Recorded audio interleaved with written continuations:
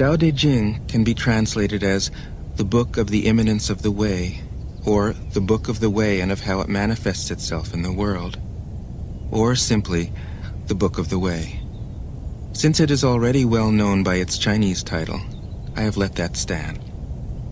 About Lao Tzu, its author, there's practically nothing to be said. He may have been an older contemporary of Confucius, 551 to 479 BCE, and may have held the position of archive keeper in one of the petty kingdoms of the time.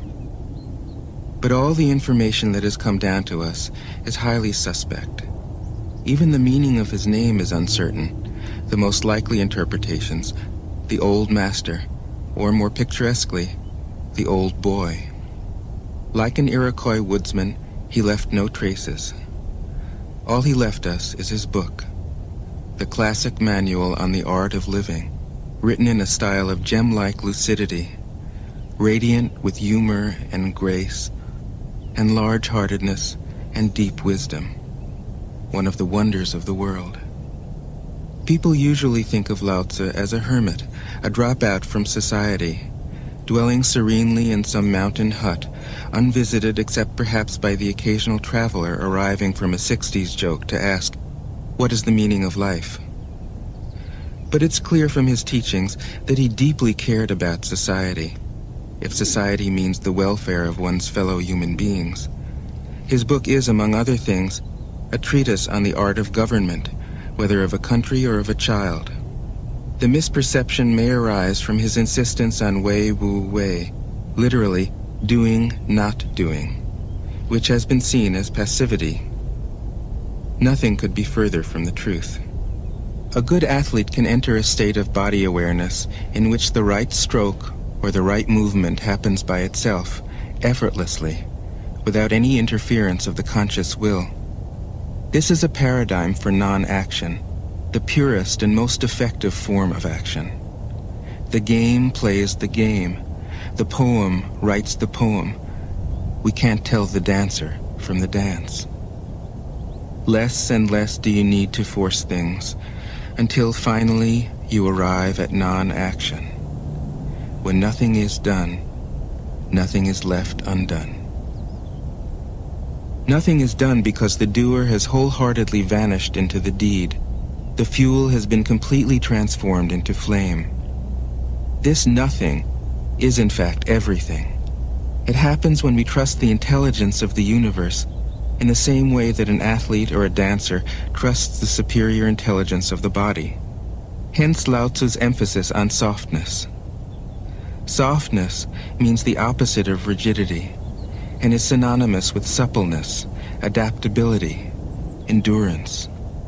Anyone who has seen a Tai Chi or Aikido master doing not doing will know how powerful this softness is.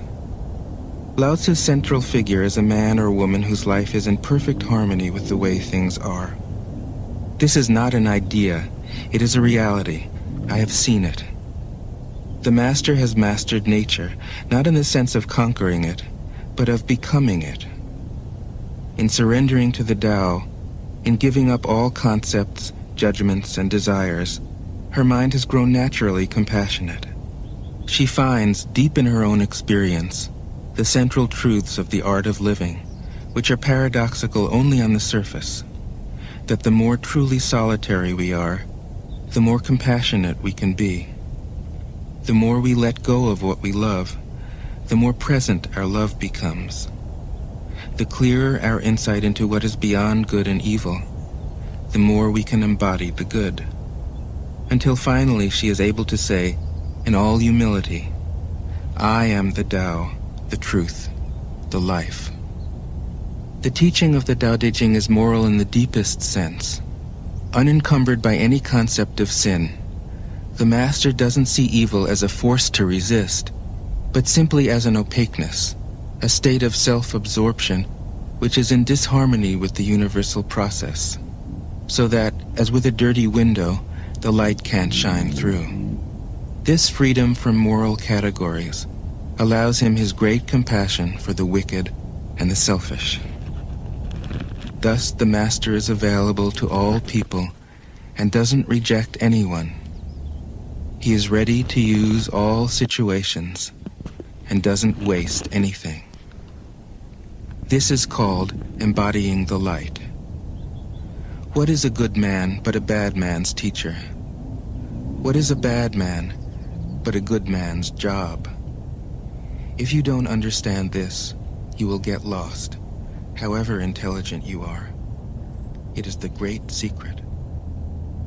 The listener will notice that in the many passages where Lao Tzu describes the master, I've used the pronoun she at least as often as he. The Chinese language doesn't make this kind of distinction.